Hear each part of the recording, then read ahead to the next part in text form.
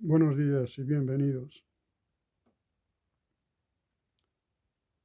Quizás podamos hablar acerca de las diferencias entre tres conceptos que los buscadores utilizamos de una forma intensísima y que en general están como confundidos y en mi opinión creo que conviene alguna precisión.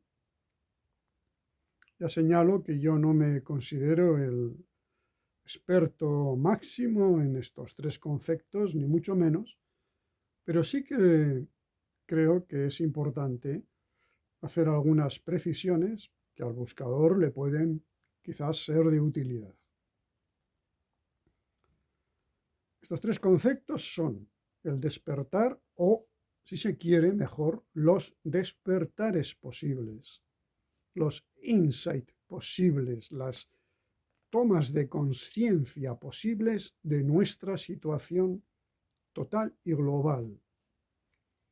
El segundo concepto es más específico de la búsqueda y sería la iluminación, que como su propio nombre indica, es algún tipo de experiencia con la luz interna en este caso, con la luz que puede aparecer en momentos profundos de meditación.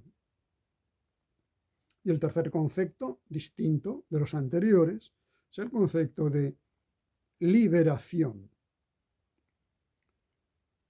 Tiene sus dos dimensiones, la liberación última,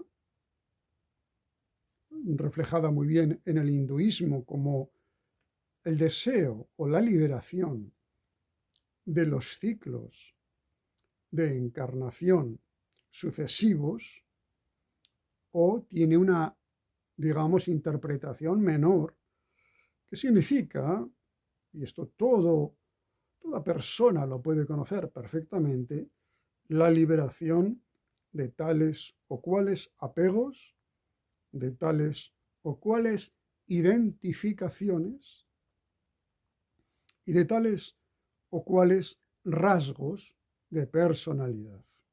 Por lo tanto, el despertar es algo referido a nuestra función intelectual. Atención, concentración, inteligencia, visión. Vamos a detenernos un momento en esto del despertar. El despertar significaría ver, darse cuenta, ver por primera vez algo que yo nunca he visto. Yo siempre he mirado al mundo, pero en general yo no veo el mundo. El espeso velo de mi imaginación proyectiva me impide ver el mundo tal cual es. El mundo exterior, el mundo de las personas, de las cosas y de las situaciones. Pero especialmente y sobre todo, me impide verme a mí mismo, por la sencilla razón de que el autoconocimiento, aunque tanto en Occidente como en Oriente se le concede mucho valor, lo practicamos poco. La psicología no pretende conocer al hombre, pretende conocer su mente para, de alguna forma, rectificarla o curarla, pero no para conocer cuál es la última y verdadera naturaleza de su mente, de la mente humana. Sin embargo, el despertar, los despertares posibles con todos sus niveles y todos sus grados, sí pretende esto. Pero el camino al despertar solo necesita una movilización, y es la de nuestra capacidad cognitiva de ver. No necesitamos ningún otro instrumento, ninguna otra herramienta, y no necesitamos activar ninguna otra función. Por eso nos atrae tanto a los occidentales y por eso da lugar a versiones, digamos, del Vedanta de la unidad o el Vedanta Advaita, que son prácticamente trabajos puramente intelectuales, que se parecen bastante a lo que sería el Jnani Yoga o el yoga del intelecto, del pensamiento, de la reflexión, del razonamiento, etcétera, etcétera. Este despertar es accesible a todo el mundo en muchísimos grados. Cada uno de ellos representa un insight, es un darse cuenta, un ver por primera vez, como hemos dicho antes, lo que ayer, hace un minuto, yo no podía ver. Pero es solo un trabajo, digamos, de las funciones de la cabeza, de las funciones intelectuales. Por el contrario, en la iluminación, ese concepto que se equipara muchísimo a despertar o iluminación, este es un iluminado, este es un despierto. En la iluminación, la activación de las funciones intelectuales, de la capacidad de ver y de la capacidad de atender, tienen que ir complementadas con la participación del cuerpo e incluso la participación del centro emocional. Si no es así, los fenómenos extraordinarios relatados en la mística clásica no se producen. La experiencia de una luminosidad dentro del cuerpo o incluso una gran luz solo se produce cuando nuestro cuerpo está dispuesto, cuando se dispone a ello. Y nuestra emoción también participa con alguna forma o variante de devoción, de llamada interior. Si no, solo habría un despertar sin el estado de iluminación orgánica. La iluminación corresponde al organismo. En los mismos evangelios ya se habla. Si tu ojo fuera único, se dice, todo tu cuerpo estaría lleno de luz. No se dice toda tu mente, ni toda tu alma. Se dice todo tu cuerpo estaría lleno de luz. Es una idea antiquísima, pero que en Occidente no se la toma al pie de la letra como una experiencia posible para el hombre actual. Por ello, la iluminación es una experiencia, si se quiere, más específica, más sofisticada que el simple despertar, accesible a buscadores y no buscadores. Es cierto que los buscadores aspiran a un grado de despertar muy alto, pero también es cierto que todo hombre desea y en general necesita experiencias de despertar progresivas en la vida y de hecho así lo hace prácticamente todo hombre. Como decimos, la iluminación es algo muy peculiar, es una experiencia en la cual en principio ni se cree. Sin embargo, nuestro cuerpo es energías, está lleno de energías, algunas más perceptibles, sensación, respiración. Algunas son mucho más fáciles de sentir y otras son mucho más sutiles. Quiere decirse que tienen movimientos muy finos dentro de mí y si yo no tengo el cuerpo sensibilizado y mi capacidad de percepción agudizada no las voy a sentir. Pero el cuerpo está lleno de energías y probablemente existe una posibilidad de vivirse en cuanto a esas energías. Probablemente no, seguro. Todo el mundo lo sabe. El deporte, la relajación, el yoga, etcétera, lo demuestra. Sin embargo, la posibilidad de que existiera un nivel energético interno asociado a una luz consciente, eso sí, no una luz mecánica o eléctrica o electromagnética, no, una luz que piensa y incluso se podría decir una luz que quiere algo, que tiene una voluntad, que tiene un deseo. No es una luz en la cual yo me ilumino con luz y el único sujeto, el único ser personal soy yo. No es así. La experiencia progresiva de esa experiencia llamada iluminación, lo que manifiesta es que el verdadero yo, el verdadero sujeto, el verdadero ser, precisamente se desplaza de mí hacia esa luz. Pueden coexistir los dos, ¿de acuerdo? Hasta un cierto nivel. A partir de un cierto nivel, la impresión de la luminosidad parecería que coge más peso en el otro lado que aquí.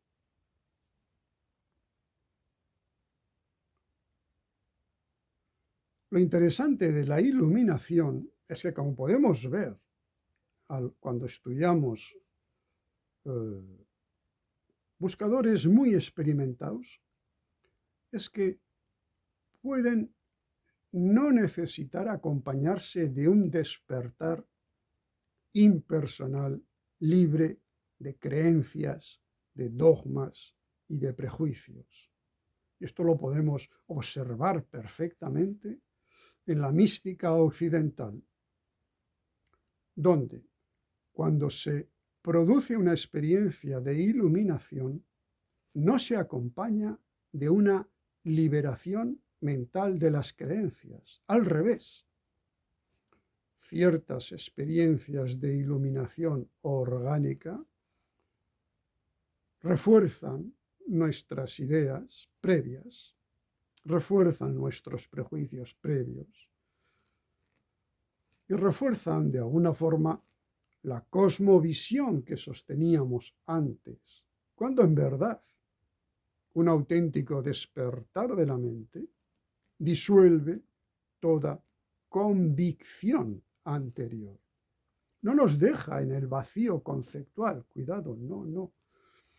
Nos lo sustituye por una visión y representación del mundo mucho más justa que la que yo tenía anteriormente.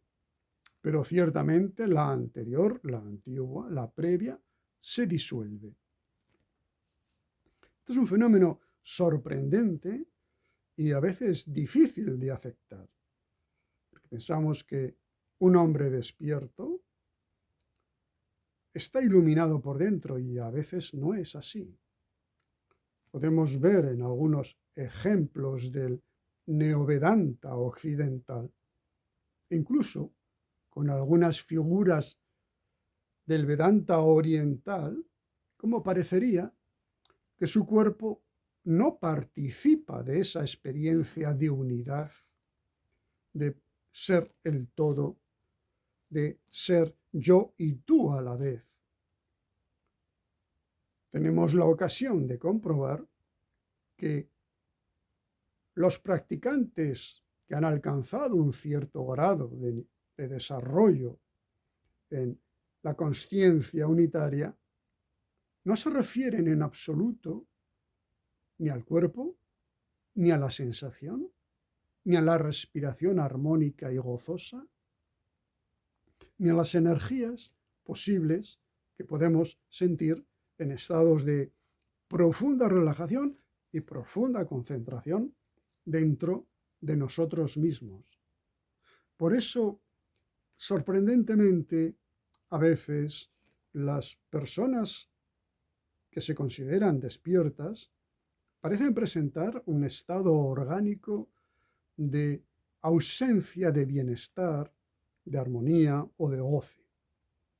Es un fenómeno curioso y sorprendente que todos conocemos y que en realidad exige una explicación.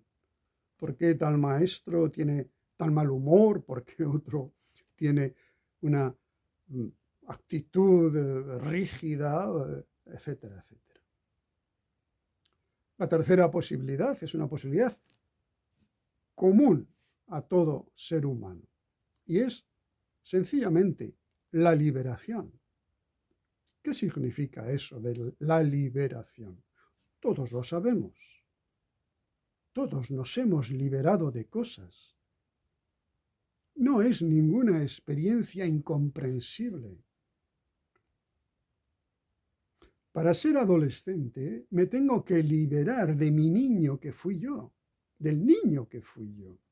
Para ser un adulto maduro me tengo que liberar de mi adolescencia. Y para ser un hombre senior sabio me tengo que liberar de mi mente adulta, de un hombre ejecutivo que actúa en el mundo. Me tengo que liberar en alguna medida. Tengo que renunciar en alguna medida. Por lo tanto, como su propio término indica, la liberación es liberarse de apegos e identificaciones. Dos cosas. Me libero de mí mismo y me libero del apego a ciertos aspectos del mundo que los considero, después de haber sido contrastados, absolutamente banales, absolutamente superficiales, sin el más mínimo valor, porque son construcciones de la vida social completamente artificiosas y, por desgracia en general, muchas veces completamente falsas. A pesar de las críticas que podemos recibir los buscadores cuando hablamos de la renuncia a ciertos aspectos de la vida en común en la plaza del pueblo, de lo que se llama la vida social y cultural, tenemos que decir que muchísimos elementos de la vida cultural y de la vida social son absolutamente inconsistentes. Y por desgracia, estos aspectos son los que más se reflejan en los medios de comunicación, en la vida en común y, digamos, los que más circulan entre los hombres. Si observamos los medios de comunicación, veremos que el espectro de los temas de los que se habla es mínimo, reducidísimo, y se repite continuamente. La vida política, la vida cultural, la vida social de eventos sociales, la vida deportiva, de éxitos, de no sé qué.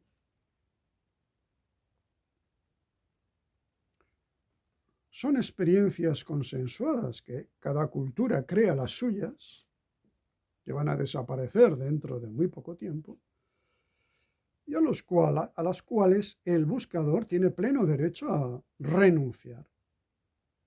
Cuando renuncia a ese tipo de experiencias, es muy posible, incluso garantizado, que nos lleguen otras experiencias de un orden más profundo, más auténtico y más natural. Podemos hacer la prueba, porque de hecho nuestra vida como hombres ordinarios equivale a tener metida la cabeza en la plaza del pueblo, que viene a estar como envuelta en una auténtica bóveda que nos impide ver nada más allá de la propia vida entre nosotros, con las relaciones que nos hemos básicamente inventado. A eso se le llama, lo digo una y mil veces, el imaginario social. Yo me imagino que soy poderoso, tú te imaginas que no tienes poder. Yo me imagino que tengo éxito, yo me imagino que soy rico, yo me imagino. Nos imaginamos. La liberación tiene, además de esta dimensión ordinaria o natural, una posibilidad de interpretación maximalista, la más alta, que es la que reflejan las filosofías orientales en general, mucho más que las nuestras de Occidente, y es la liberación última, la liberación suprema, la liberación no de tal o cual rasgo o aspecto de la personalidad o de la vida en común, sino la liberación de la condición humana substancial. Esto, que puede parecer una auténtica locura, puede tener sus posibilidades de comprensión. Si pensamos qué es ser humano, quizás lleguemos a la conclusión de que ser humano es lo que a mí me han enseñado a ser y no quizás lo que yo podría ser. Por eso, el gran liberado, la liberación última, la liberación del ciclo de las existencias humanas, puede tener una posibilidad. En el fondo, vendría a ser algo así como que un hombre ha testado, ha probado, ha gustado las posibilidades que la condición humana ordinaria, sin una relación profunda con lo grande, con lo que nos ha creado, con el cosmos, si se quiere, digo, un hombre ha testado suficientemente la condición humana como para no desear repetir. Esto sucede en todos los ámbitos de la vida en la cual a veces no deseamos repetir. ¿Por qué voy a repetir tal o cual experiencia? Ya la conozco. ¿Por qué un adolescente tendría que seguir jugando en el patio del colegio al escondite? Pues el adolescente no querrá dirigir su atención hacia otras cosas mucho más difíciles, sin duda, más complejas, sin duda, pero para él ya mucho más interesantes.